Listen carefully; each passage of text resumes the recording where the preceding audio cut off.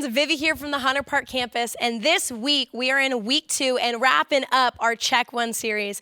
And so as I was prepping for this series, and ladies, this one's for you, but guys, do not tune out. Let me just sneak peek it right now, don't tune out. When I was in college though, I was thinking about, or when I was prepping, I was thinking about when I was in college, that I was asked to be on this panel for Hispanic Heritage Month. And they specifically wanted me on the panel because I'm half Mexican, half Colombian, but they wanted to talk about the Mexican side of me. And I just remember telling the guy, like, nah, you got the wrong girl. Like, I know I'm brown, but you got the wrong girl. I don't even like spicy food. Like, I am not Mexican. Like, I am a joke of a Mexican. I was like, I didn't grow up speaking Spanish. This is what I grew up saying. Yo no entiendo. You know, okay, I'm a joke of a Mexican. I didn't grow up liking spicy food. And honestly, even just speaking about food, believe it or not, I actually don't even really like Mexican food that much. Favorite taco shop in all of California is the wonderful Taco Bell. Don't come at me. But that's about as Mexican as I get, all right? So in this panel, I was like, you've got the wrong girl. Like, I'm not it. And really it was because I just didn't feel like I could represent Hispanics or Mexicans accurately. All right, and so we're in this series called Check One, and you might be wondering, that has nothing to do with it. But I think some of those feelings that I felt are some of the feelings that many of you have felt. Guys, we talked about masculinity, what it means to be a man of God. And this week, we're going to talk about ladies. And for most of you, I know it's not being Hispanic, but I just guarantee you that in some way, shape, or form, you have felt a little bit underqualified or a little bit like, I don't know my fit. And I want to just let you know, this series that we're in is probably one of the most important series that we have done in a while. And I think the reason is because culture has a way louder voice right now than the church does when it comes to the conversations around gender. And so we're going to talk about it. What does it mean to be a woman of God? And sure, while culture has given us a ton of good content for what it means to be a man or what it means to be a woman, I think if we're being really honest with ourselves, and at SCY, like, that's what we're about, being real. I think if we're being really honest with ourselves, even in our best effort to be the man that culture says, or be the woman that we see on Instagram or that culture says, I think even in our striving, we still feel like we're falling short. And man, that is the danger of what it is when we give culture or things that change the power to define us.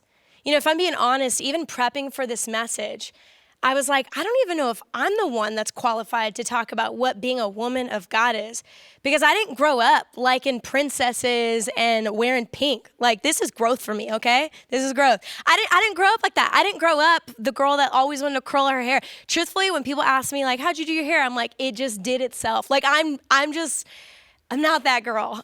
And so today I was like, I don't know. And even when I've taught with our Cultivate team for our women's ministry, I have felt that. And I felt that as an adult even.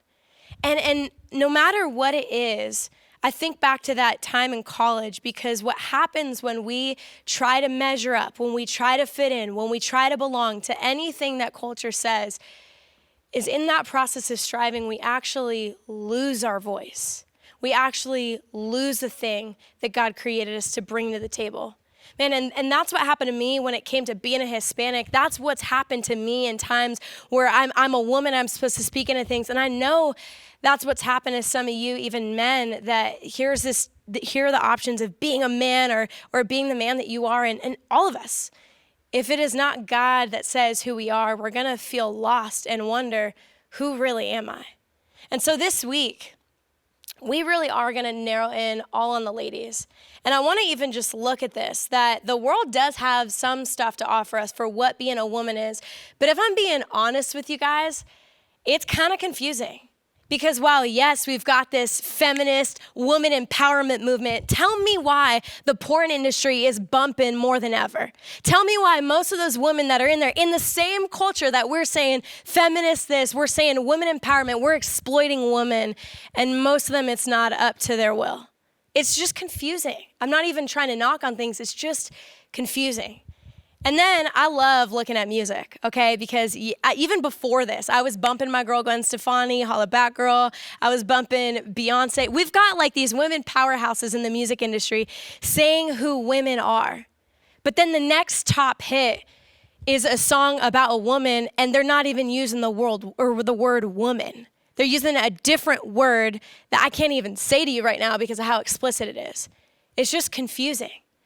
And I mean, looking at the music industry, honestly, I think the only one that's got it remotely right in the music industry is J. Cole in his song No Role Models. Because then he goes on to say, no role models, and I'm here right now, no role models to speak of. Searching through my memory, and I couldn't find one. This is why we're doing this series. Because we are tired of raising up a generation with no role models and nowhere to look. When we have a God that makes it so clear. When we have a God that doesn't leave us confused. When we have a God that says you were created on purpose, and this is who I want you to be. And so, ladies, we're going to take it all the way back to Genesis chapter 2, the very beginning. And I want you to just notice a few things, because then we're going to get into something else. But in Genesis chapter 2, it starts off, and it's a creation story, and it says that God created man, but then he looks at Adam and says that he wasn't good to be alone. So then he tells Adam, or says to Adam, that I want to find a helper perfect for you. And so then you get verse 21. So the Lord God caused a deep sleep to fall upon the man.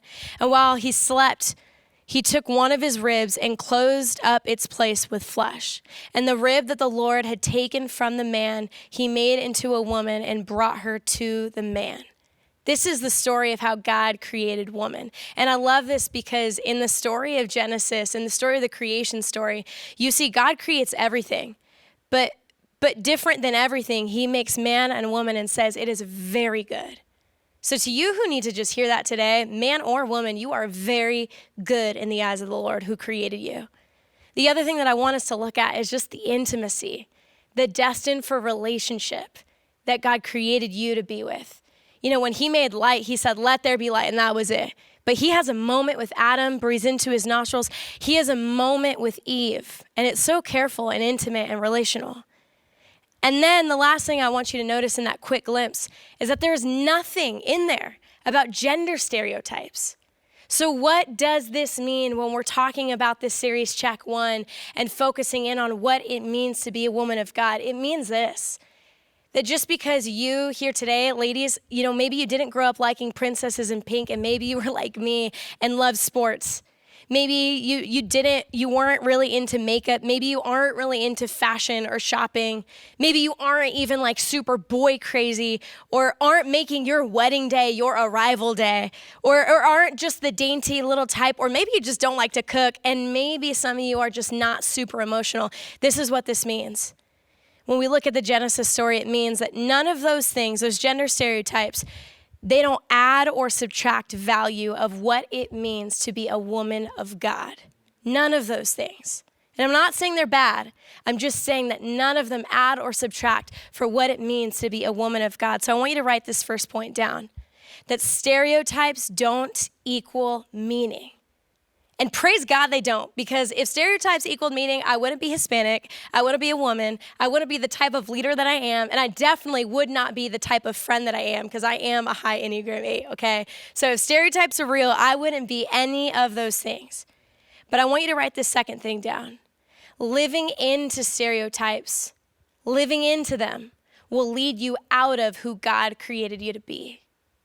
And so let's keep reading, because this series is so good. Just like Blake mentioned last week, there's not a ton of verses that specifically talk about how to, or the specific sex, biological sex of men and women in the Bible. But what we can look at is men and women. And this week we're going to look at a woman who found favor in the eyes of God. And we can look at just the commands that God gives all of us believers. And so we're going to start out in Proverbs 31. And this even just chapter alone, it's really funny because this chapter in Proverbs is like the book of wisdom. So if you ever like, I don't know what to do, go to Proverbs.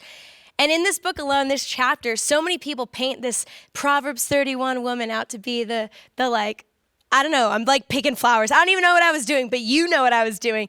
But when you read it, it gets so much juicier, and there's so much more color to it than we really think. So I want you to just lean in. And if you're a guy, I want you to lean in because this is actually a whole chapter that's written from a mother to her son, basically saying this is how to pick them.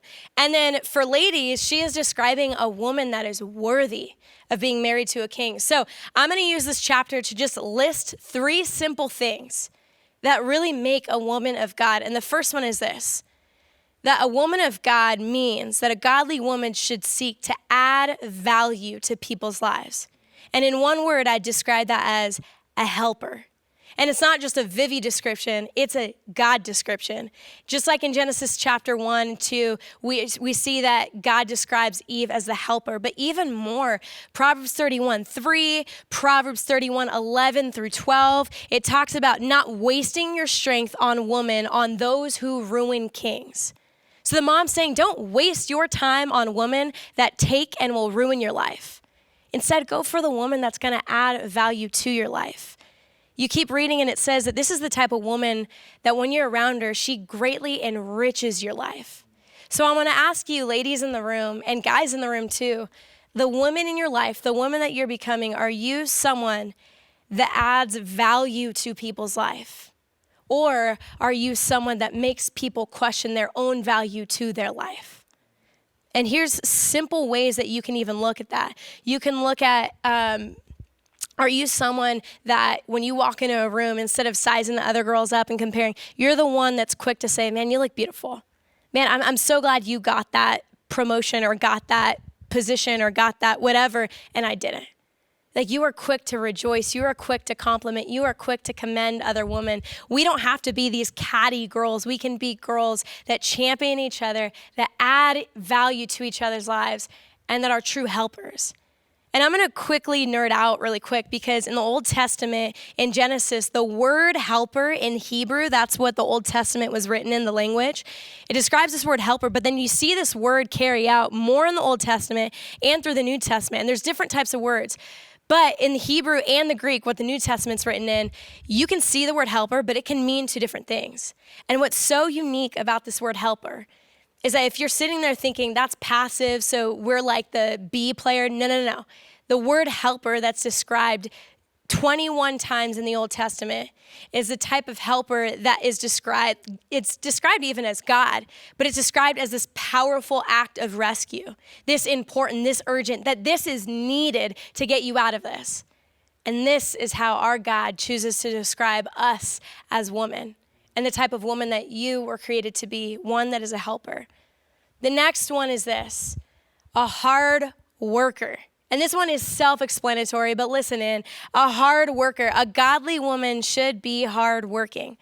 Man, in Proverbs 31, verses 13, all the way through 19, we see this woman, she goes to inspect a field and buys it. With her earnings, she plants a vineyard. She is energetic and strong, a hard worker. She makes sure her dealings are profitable. Her hands are busy, her fingers twisting fiber. This woman is hustling. That's what Proverbs 31 is saying. She's hustling. And what I love about this is that I almost feel like this breaks the stereotype that women are just supposed to sit back and wait. But actually, the type of woman that's described is a woman that is hardworking, a woman that is honest in her work, and a woman that values what she does. This is who God is calling us to be. And you don't have to wait till you're older and have a job. How do you go about your schoolwork? How do you go about your sports? How do you respond when your parents ask you to do something? This is so much more than just these mundane little Christian-y things. This is the building of the type of woman of God that you were created to be. God wants us to be hard-working women. And I just love the Proverbs 31 woman because it really does show the type of woman that I think our culture is championing, that a woman should be able to do this. Oh, and the Bible said it first. But let's keep reading. The last kind of description in Proverbs 31 is a woman that humbly influences. And before you think, man, that is passive, I want to read 1 Peter 5:6 to you. And it says this: so humble yourselves under the mighty power of God, and at the right time, he will lift you up in honor. So I want to say this again: being humble in how you influence is the furthest thing from being passive. It's powerful. Because would you rather be lifted up by your own power or by the power of God? And what does this actually look like in my life? It looks like a godly woman should be invested in a life beyond her own. And ladies, I really want you to hear this one, because I think the stereotype of woman is that we have all these insecurities. We have all of these shortcomings, or maybe I'm not in my fullness of femininity because I'm comparing myself to someone else. All of that is a self-focused way of life. And the Proverbs 31 woman is a woman that is invested in a life beyond her own. It says that she gets up before dawn to prepare breakfast for her household, not for herself, for her household, and plan the day's work for her servant girls. So she's not even thinking about herself. She's planning about other people around her. In verse 20, it says she extends a helping hand to the poor and opens her arms to the needy. Man, this one hits, because how often do we feel interrupted when people need something from us? But rather, it's not interruption, but it's actually us living into our purpose of being humble influencers. That to be a godly woman is to be a woman who influences, not when it's just a blue check mark, but whenever people need it. And I want to ask you a few questions here to know, am I a woman that influences? You know, Blake mentioned it last week to the guys. Are you serving in kids? And it might seem like a box to check, but it's more than that. It's saying that God created you with a life that was meant to have an impact on somebody. Ladies, your life was meant to be more than just a selfie. Your life was meant to be shared. So are you serving in kids? Are you looking at your spheres of influence and saying, man, what classmates could I influence? What teammates could I influence? How do the people in my group experience me? Am I someone, again, that adds value, or am I someone that is only focused on myself? To be a woman of God is to be a woman that humbly influences. And that looks like influencing where you are. Not where you want to be one day, but where you are. Man, nothing will rob the impact of your influence more than wishing you were somewhere that you weren't. So humbly influencing. But I want to just kind of end with this, because you can read all throughout Proverbs 31, and you're going to have a chance to if you get to groups or if you're part of one of our SCY groups. But verse 25 talks about this idea of strength and dignity. And it's this sweet combination that takes all of these different things that we can be as godly women, but strength and dignity are the things that fill us to become those things. And it's not by our strength, it's by God's. And dignity is knowing that you are God's, knowing that you have worth, and living in it. So to the girl that might not be the dainty girl, the loves to do your hair, makeup girl, I want you to just hear me. Be strong. Don't be less. Be who God created you to be, even if it looks different than the stereotypical Christian-y girl that maybe you grew up thinking existed somewhere. Don't shrink back. And to the girl that might not be the loud and proud, give me the microphone, I want to talk girl, listen, press into the quiet strength, because Proverbs 31 ends with talking about how outward charm, it fades. And 1 Peter has a lot to say about a quiet strength, and that's God's heart. And I want you to hear this. The most influential woman in my life wasn't anyone that was on a platform, wasn't anyone that was from the stage, or definitely wasn't anyone that had a blue check mark by her Instagram. But she was someone that influenced me over trips to the grocery store, sitting in her living room, folding clothes with her kids running around. And it was this woman that had the greatest impact on my life. So I want to just end with this. Ladies, what does it look like to not fall short, sell yourself short to the stereotypes of the world? And fellas, what does it look like to let our ladies live into this, to champion our ladies, to say, hey, you bring value?